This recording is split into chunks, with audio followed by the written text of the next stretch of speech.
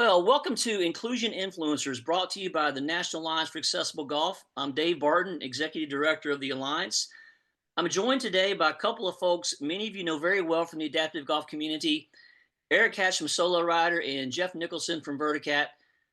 Good afternoon, gentlemen. How are you today? Very well, thank you. How are you? Great. Great to be a part of this. Yes, thank you both for coming here today.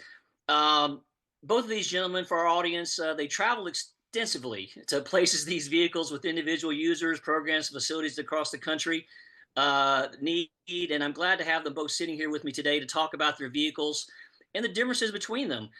Differences that are important to understand is every golfer who requires an adaptive golf car to play is not the same, and neither are their requirements for what kind of vehicle is best suited for them. Eric, let's start with you briefly about the organization you're now with before we get into more specific questions.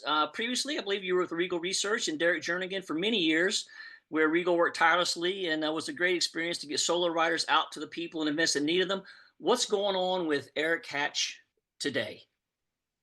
Today, as of 2024, SoloRider and myself, we have moved out of from under the Regal Research manufacturing umbrella, and we are now established as a registered 501c3 and hope that we can take advantage of that and help grow the game, offer up carts at a more affordable price for individuals as we attain grants.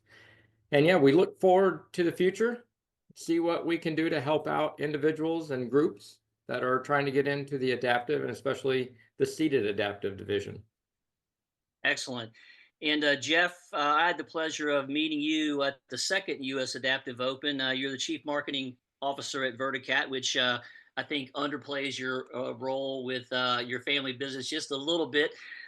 You and, of course, your brother, Tim, who I've met, who is certainly involved with this as well. You get the long straw, so you get to be the face for the company today instead of your brother, Tim. And I believe with the Atenspo Manufacturing Company, a family business created in 1953. And I guess my question is, in speaking with you, you have a pretty unique story about how Tim and you and your company got involved in this particular business related to a friend of your brother's down in Florida. Can you tell me a little bit about that? Sure, I'd be happy to. So we're located in St. Paul, Minnesota. We have a manufacturing business that my father first started in 1953. So we've been around the block. His original business was a distributor of diesel engines, but in the mid 1980s, my two brothers and I started a business, and we still have that business today. It's our major business. We manufacture dynamic message signs that are used on highways to give motorists information, like amber alerts and travel time information. Tim, my brother, is a snowbird down in Florida and has been for over 20 years. Over this time frame, he had a friend who got MS to the point where he couldn't walk anymore, and he purchased a golf cart, an adaptive golf cart that was made in Germany, Paragolfer. And he used it, and it worked great. And over the years, they golfed, and everything was wonderful. It was around 2022. They were getting ready to tee off, and this guy comes riding up to the first tee, and he says, "Oh, I'm so bummed out.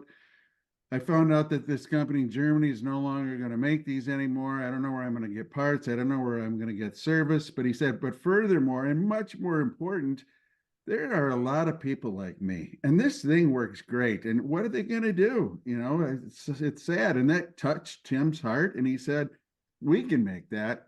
So we have electrical engineers, software engineers, and mechanical engineers in our business. And we got him involved, and 18 months later, out rolled VertaCat.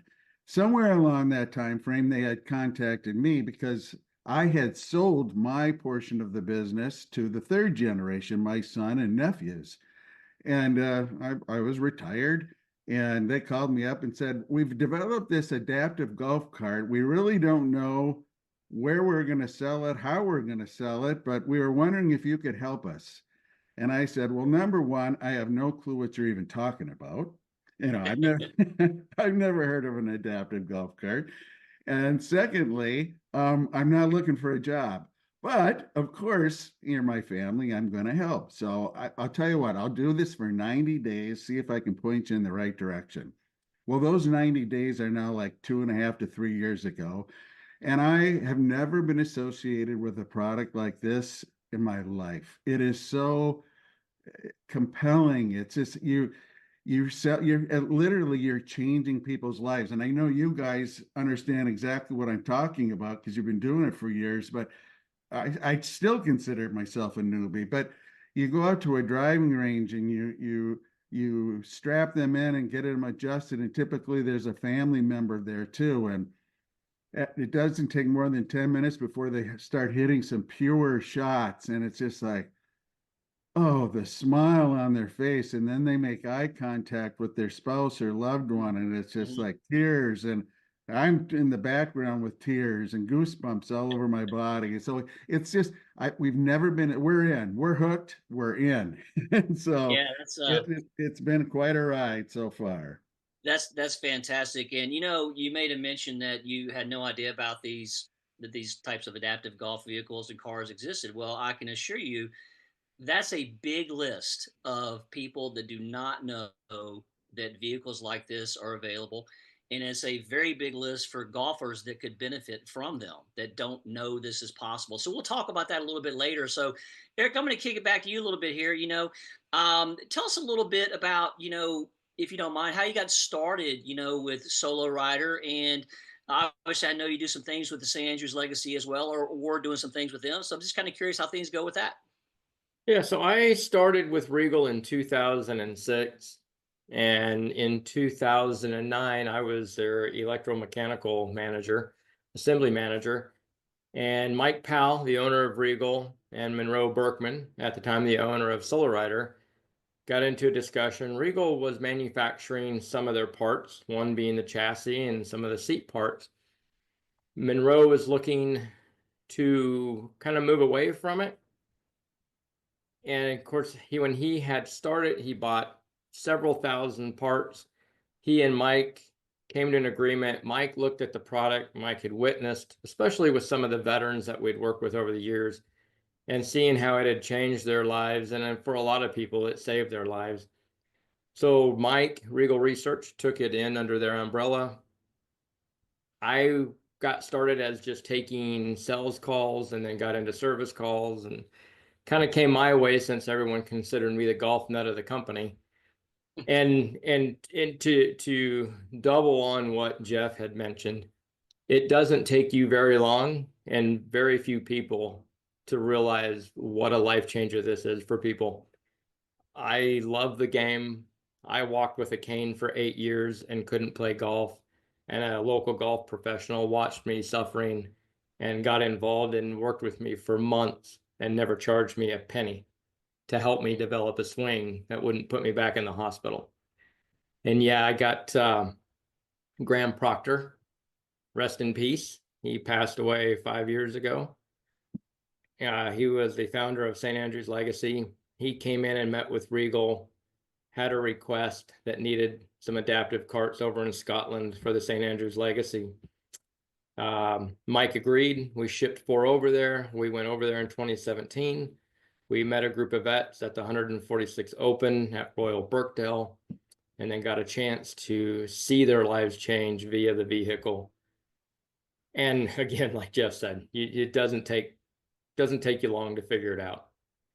Yeah. It was never, Regal never looked at it as to make a profit margin. They were just trying to make sure they were doing the right thing. And the business has thrived, and we made this decision in 2024 to step away and become a nonprofit. And I think that's going to work out better for everybody. That's great. Well, let's get into some hard questions. How about that? Now, none of these are going to be too hard. I'm sure you've answered these a million times, but each of your products has unique characteristics, right? That cater to individuals with different abilities. If you ever go watch an adaptive open, you can see that very definitively between golfers that have greater lower body mobility than other golfers may have, whether that's full paralysis, partial paralysis, prosthetic legs, whatever that may be. There's so many different variants in these disabilities and the way these golfers can approach the game. So, so they're for different abilities, but let's talk about a few of those. And with your particular vehicles, if you don't mind, you know, is one better suited for a type of golfer than the other? They're both great, but I know that depending on a person's ability to sit up and support themselves, it changes what kind of vehicle is best for them. So, you know, Eric, I'll start with you on this, and Jeff will let you follow up with what Eric has to say. Eric? Yeah, so I think it's safe to say there is no one vehicle that's better than the other. It should be and always should be preferred what works best for each individual. You may be working with two different individuals with the same type injury, but like we all know that golf, there are no two swings alike. The body mechanics are different in all of us. And it's one of the things that we like to preach, that when you're buying one of these vehicles, don't think about what is the best purchase today. Think about what's going to be best for you in your game tomorrow, because they're not cheap. There's not enough of them out on the market. We don't sell enough, so therefore the price is not cheap. I'm glad there's really two essential different types of equipment. I think that's important. I think it covers, probably 100% of the field, but it's buy and look at what is best for your injury and to the best of your ability as you move forward in the game of golf. Yeah, to makes totally sense. And so, Jeff, in your travels over, a couple years, you've certainly received the fire hose treatment into this particular space, especially with one of your first forays being the U.S. Adaptive Open, and seeing some of the better players in the world. Obviously, not some of the best players in the world that are showing up for that event and using these vehicles. So, kind of what's been your takeaways in the early days, questions you may get, or vehicles and who they're really working for, and where you see the benefits. Right. Well, I think Eric is exactly right. It's unique to each individual that they need to try them out. I maybe this a simplistic answer might be, for me anyway, if you still have the ability to walk, and we have those individuals. I was just with a guy 2 weeks ago, and he actually can walk, and he walks to the green, and he putts, and but when he drives to his golf ball on the fairway, he hits from the VertaCat. But in that application, he might be better off in a SoloRider because he still can walk. So that's how I differentiate it. If you can't walk at all, the VertaCat might be the answer. But to Eric's point, I think you need to try out both of them, and whatever suits you best is the right answer. Yeah, I agree. And having not watched as many competitions as Eric has, certainly, but been in the golf business for a long time and been working with the veterans since mid 2000s. And so you I've seen individuals, in a SoloRider that are paralyzed from the waist or even the chest down, and they adapted to it, and it suits them. It's what they like.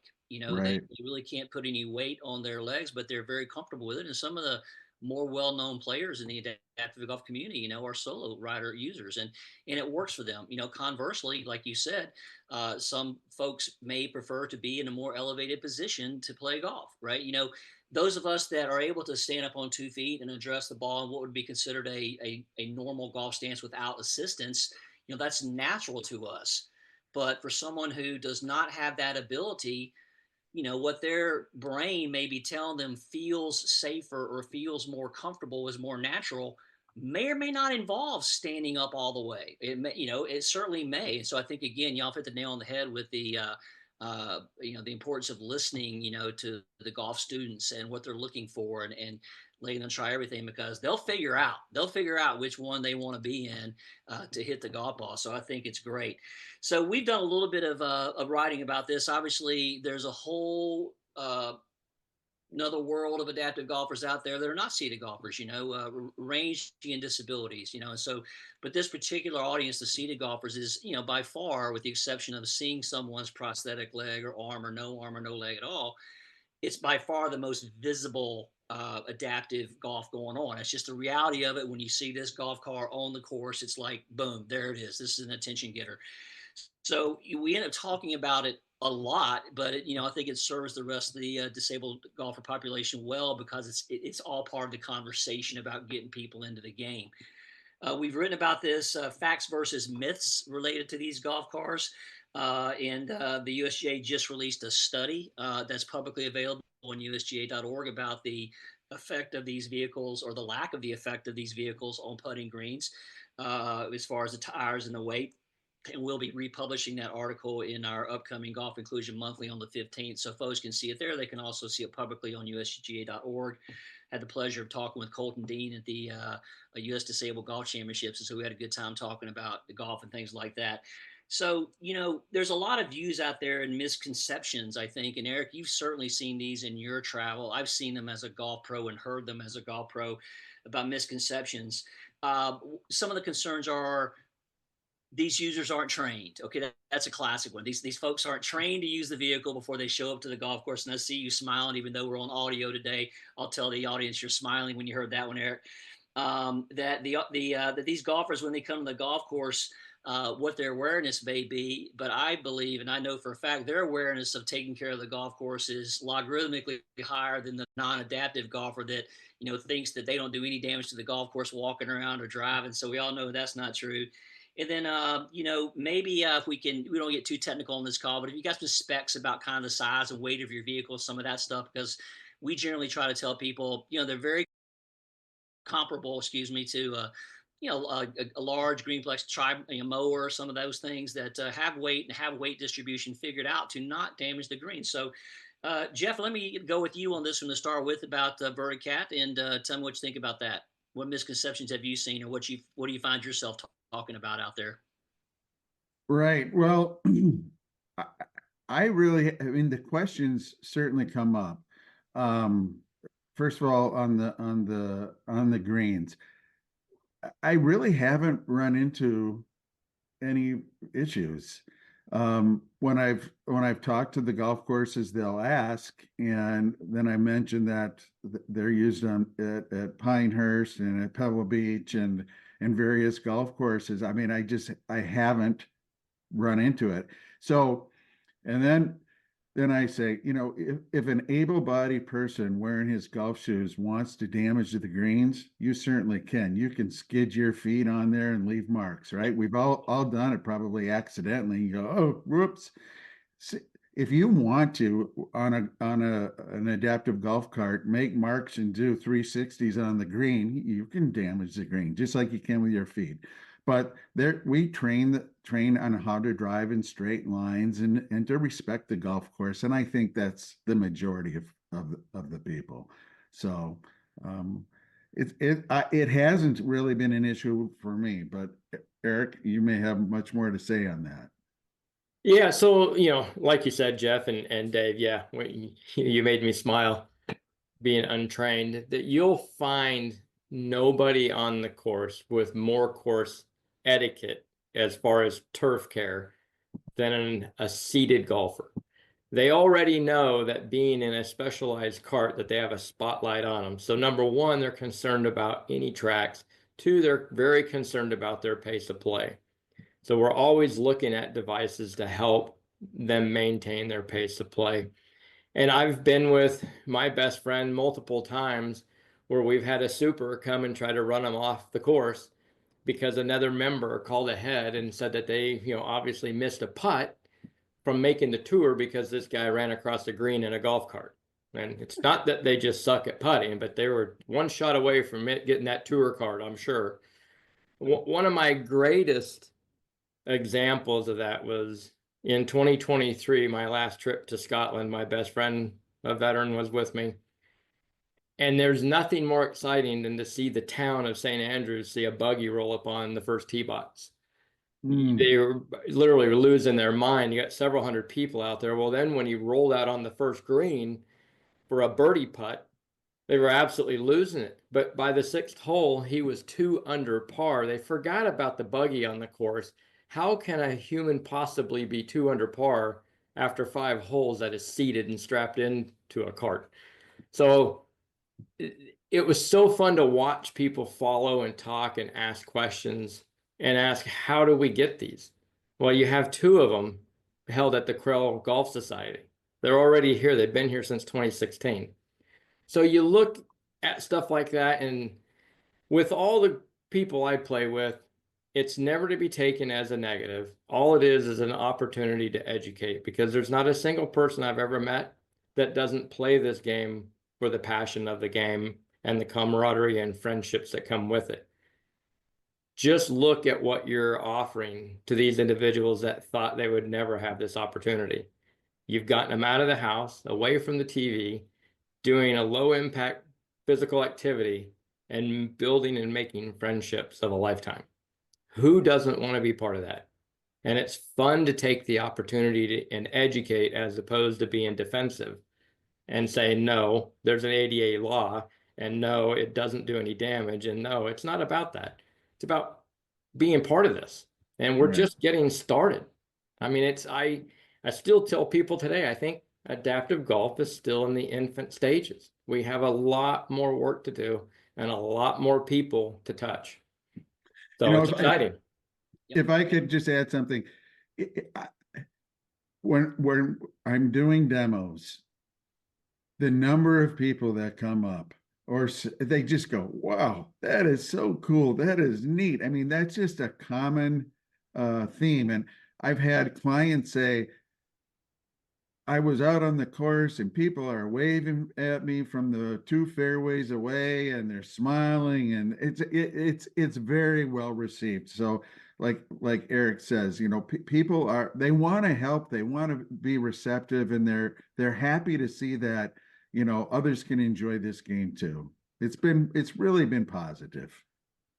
Yeah, that's really well said by both of you. And to your point, Eric, I mean, golfers with disabilities that play golf is not a new thing in its purest form. I mean, it's been around for a long time. We can find old black and white footage of a one-armed golfer who traveled the world, hit with one arm and doing demos as his career.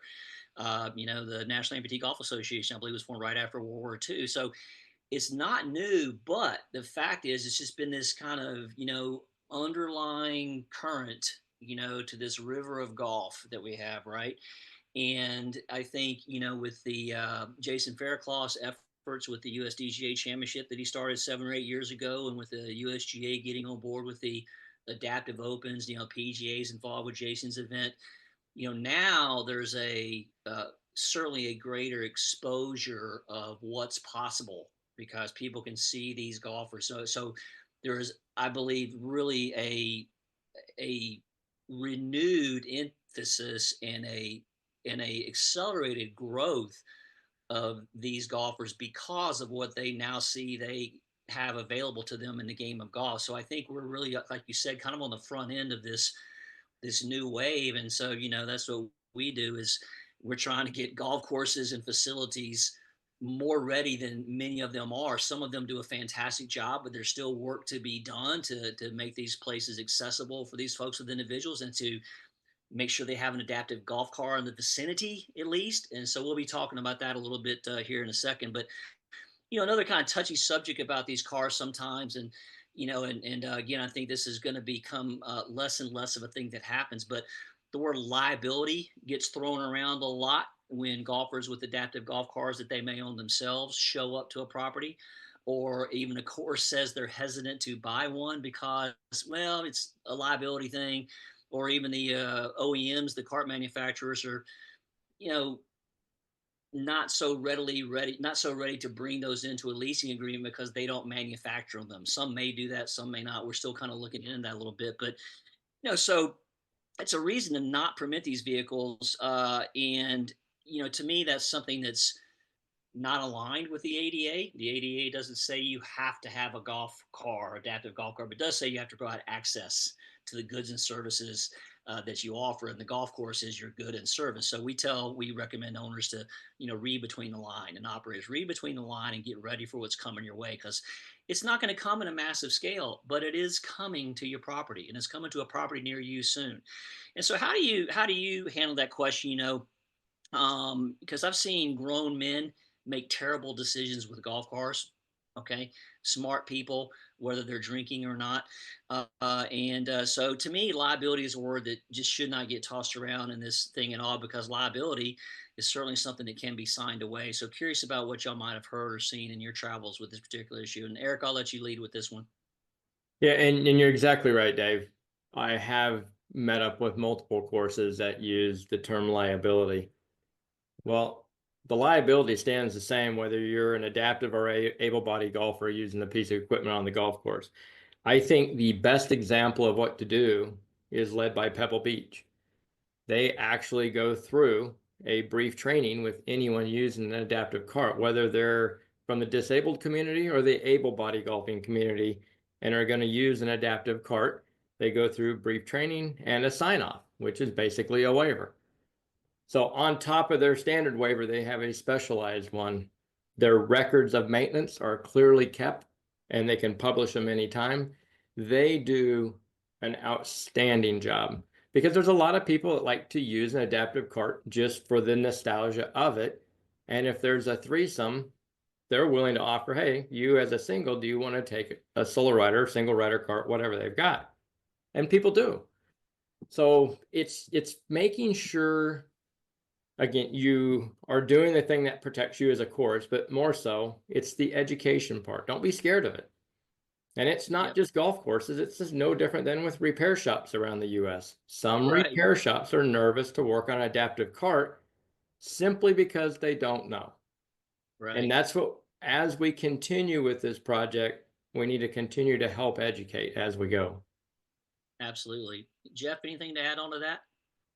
No, only thing I can add is that the golf courses that have one or multiple units, they seem to be doing very well, and they're taking reservations, and they're very happy.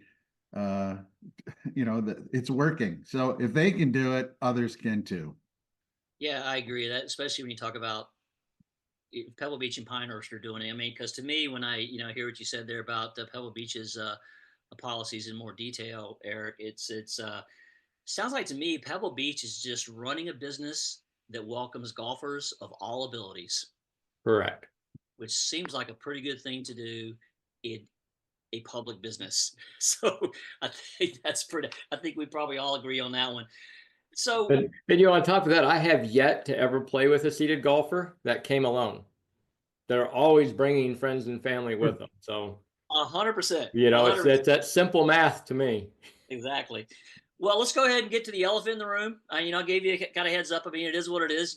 Things cost money in 2025. So let's go ahead and address this right now. And I do not have the level of expertise in your gentlemen's fields regarding making things and distributing things and stuff like that, right? You want to talk about flying helicopters, we can do that. But as far as making things and doing things, not my element. So, these vehicles are not inexpensive. Okay, it costs money to make them. Demand, is there. It's not where we would like to see it, with more golf facilities and more programs figuring out ways to purchase these things. Of course, individual users as well. But the key is for us to get them at golf courses so people can learn to play golf, and then they can make their decisions about, what they want to do or not do in their life. So what are y'all's takes on where this is right now? Obviously, these are businesses. I know SoloRider is a 501c3, but they are still businesses that have to operate and bring in revenue, right? And so with demand being where it's at right now, kind of what do you see on the horizon as far as, positives in this area, or things that we might need to think about looking into? And Jeff, I'll let you take the lead on this and see what you think. Yep. So they are expensive. The VertaCat's just under $30,000. It's a lot of money. There's no doubt about it. The answer I get with users when we talk about this, they go, "You're right. It is a lot of money, but how do you place a value on being out with your buddies again?" And the answer is you can't. So, but how can we get the cost down? If we can get the volume up, we can get the cost down. There's no question about that. So we're working to increase the volumes. We're working on, as you mentioned earlier, to get the word out. There's still people that They don't know anything like this exists. So we're spending marketing dollars on reaching more and more people all the time, and that will help. Also, fundraisers is a great way to do it. Whether they're buying it individually or the local golf course is going to purchase it.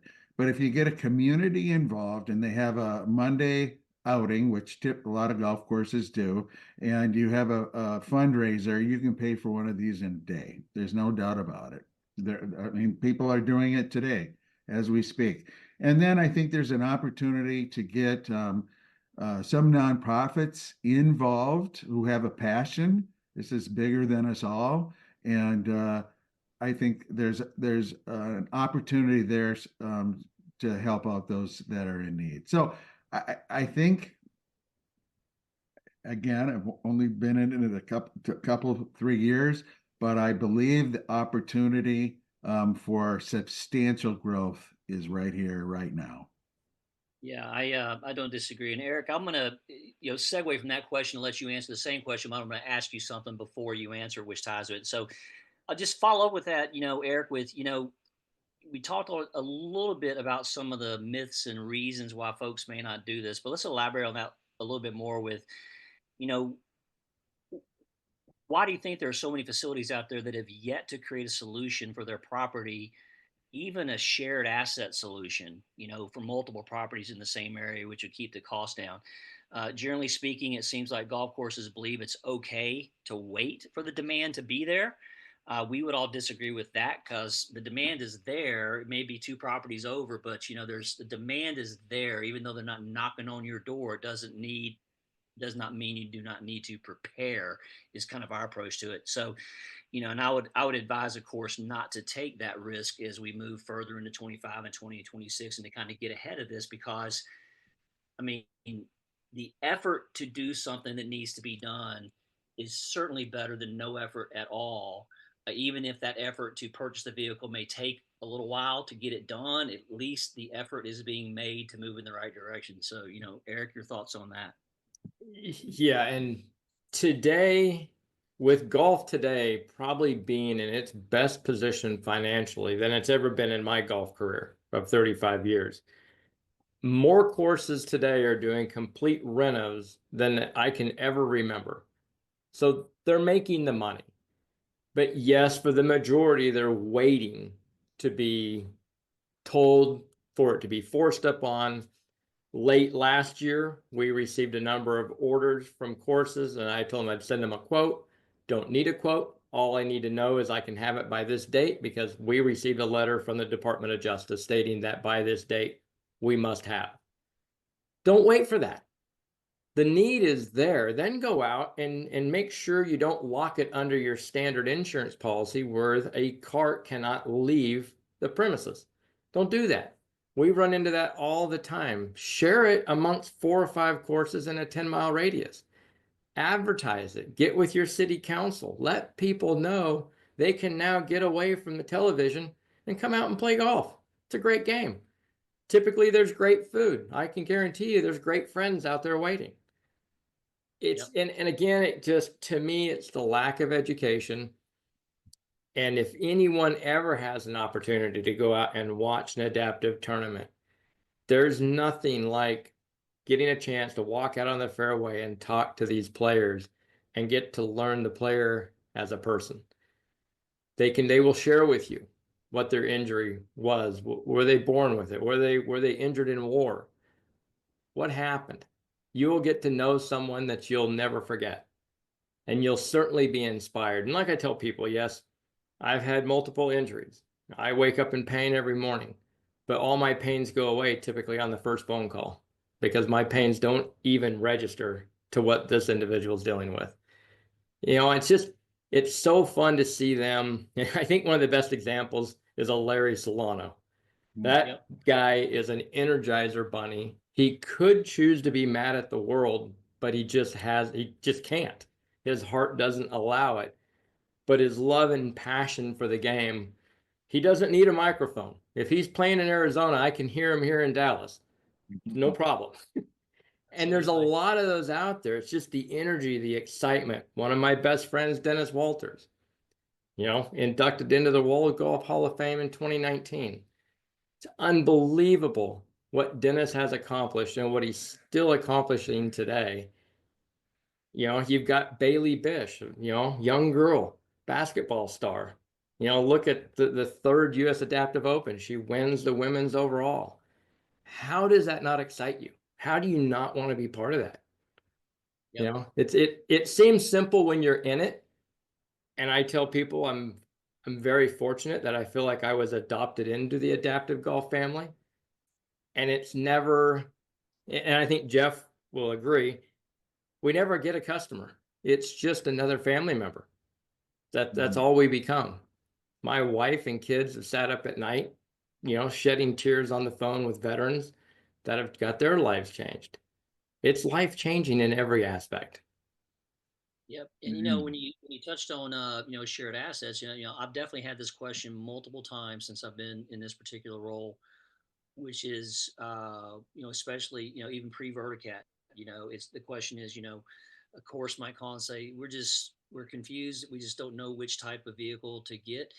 And it's the perfect environment, again, when if you get 2 or 3 properties, even 4 in a general area, even more, as long as they're close enough to kind of share the asset, you can cover the cost of the trailer and the truck pretty easy to do that.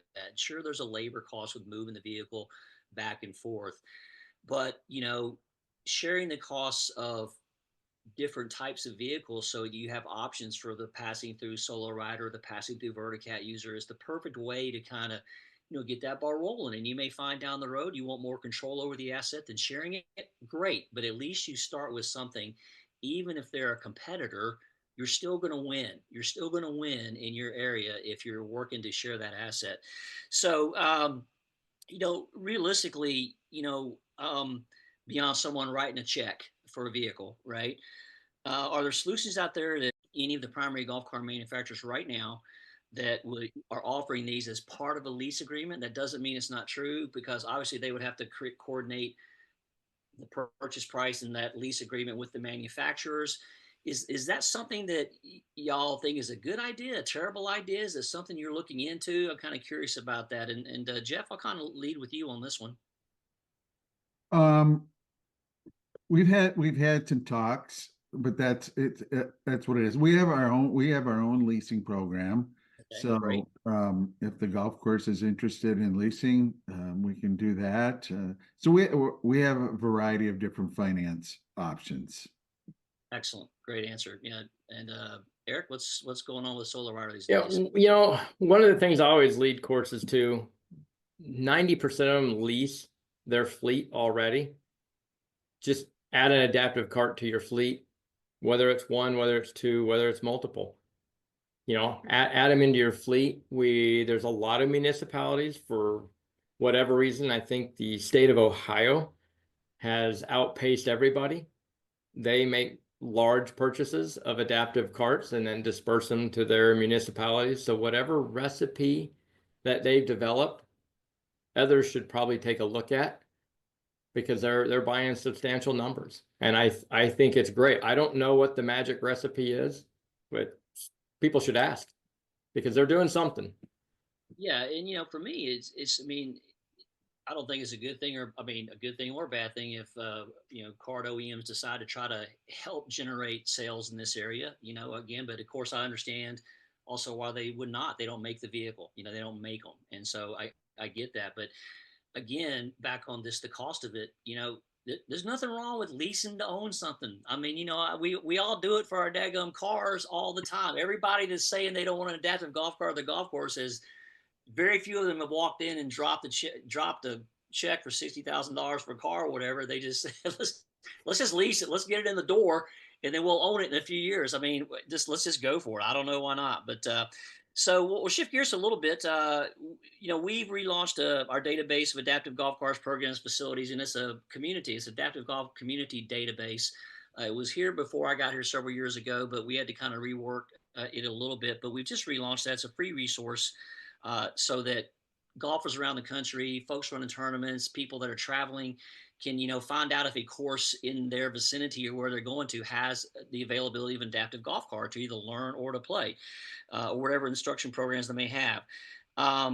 I'd say it's true for the golfers with disabilities population, especially seated golfers. They do their research before they travel because they have to.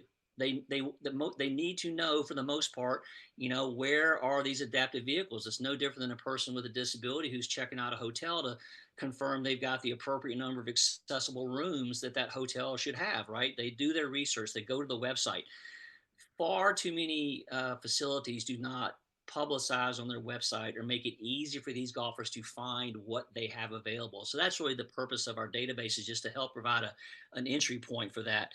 The PGA of America was just kind enough to share our desire to help get that database populated. And again, it's freely accessible to everybody. So that went out to about 31,000 PGA readers. So that was great. So hopefully we'll get some momentum from there. But it seems that there's a hesitance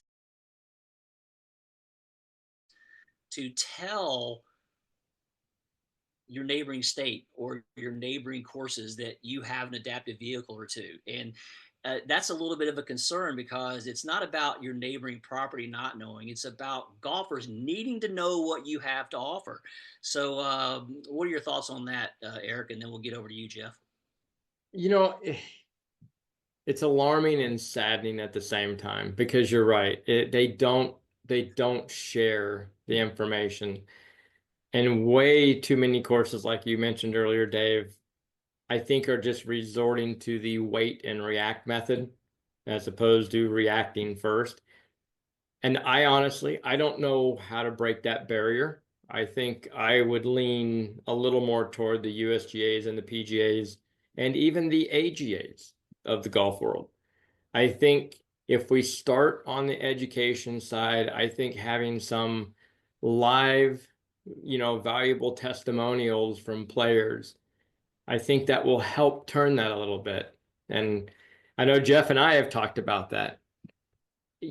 I think testimonials are probably going to be one of the best methods, and then meeting with the AGAs, PGAs, USGAs, and helping that move along. I mean, I look at over in Europe and watching the DP World Tour and watching the EDGA players play along with the DP World Tour players. That's enticing. I just think that's phenomenal. I can't wait to see that here. And I'm absolutely certain the way the PGA players, when they would meet the veterans via St. Andrew's Legacy, I can see that being no different meeting players from the adaptive world. I'm there to watch them, and to watch the skill level is absolutely amazing. I know how hard I work at this game, and I'm amazed. Truly incredible. Very true. Very true. Jeff, anything to throw on top of that? I would just say, the market is there. There are people that are challenge walkers for all sorts of different reasons, and in every golf course's sphere of influence or their marketplace, whether that's a 5-mile radius or a 25-mile radius, there are thousands of people that need a golf cart. So the last thing we really want to do is sell an adaptive golf cart to a course and have it parked in the barn, right? Mm-hmm. It doesn't do anybody any good. So we as an industry need to continue to advertise and continue to market, and then we need to help the individual golf courses advertise and market in their reach.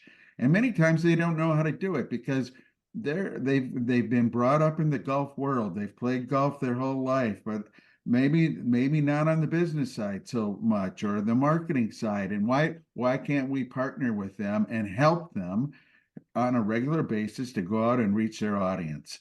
Because they're there. I did 75% of their able-bodied clients ride golf carts. So only 25% walk. Can you imagine if the rule came out tomorrow and said, we're not offering golf carts anymore, everybody's got to walk? Well, that's basically what we're saying to the disabled community. So we need to provide carts for these people. And I think there's a willingness for every party to at least talk about it. So we've started the conversation, and with the right leadership and people with passion, we can get this done. There's not a doubt in my mind. Yep. Uh, love that for sure. So we really got kind of one more, I guess deeper question, and Eric, you probably have the most experience in this, and we've got just a little bit of time that we'll kind of get into our rapid fire questions to close our journey today, here in a few moments. So, and certainly, Eric, excuse me, Jeff, you've seen these in your, last couple years experience with tournaments and stuff like that. But, Eric, what's the biggest challenge you've seen? And I'm sure it's logistics related, but to organizations that are hosting adaptive golf tournaments, regarding finding these golf cars, getting the golf course to these facilities, because you need 8 to 10 vehicles, maybe a couple more, maybe a couple less, depending on what's going on. So, what's the biggest challenge there, and how have y'all had to have you had to handle that? I guess would be a good way to ask it. So yeah, you nailed it. It's logistics. And quote, many seated players, the way they say it, they are the most disabled of the disabled players because they do have a large piece of equipment that must be moved around the country.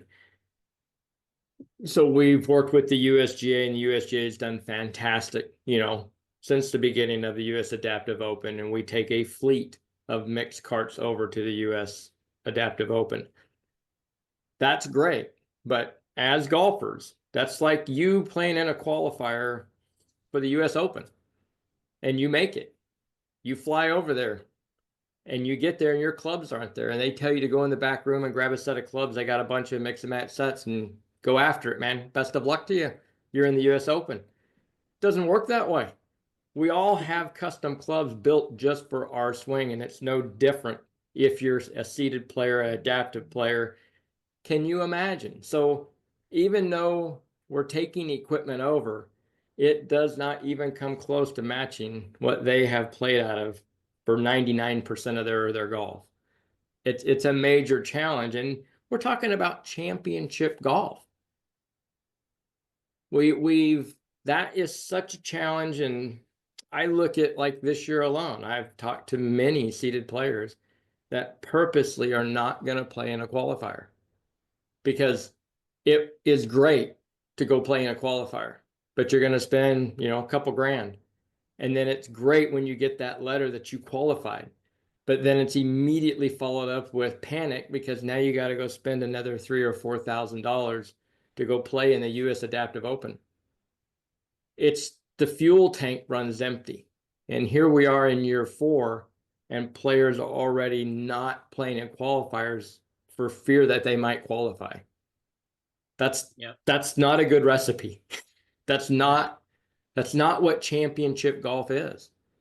We should be encouraged by the excitement, not because, oh my God, I qualified and I don't have the money to make it to actually play in it now. Yeah. We've got to change. We got to mix up this a little bit and figure it out. Yeah, well, I'll throw a quick stat at you real quick here, talking about competitions. As I said, I was at the USDGA Championship, and these results are at usdgagolf.org for the results. And there were just under, I think, approximately 90 competitors, a little bit less, give or take, total. I think in mid 80s. But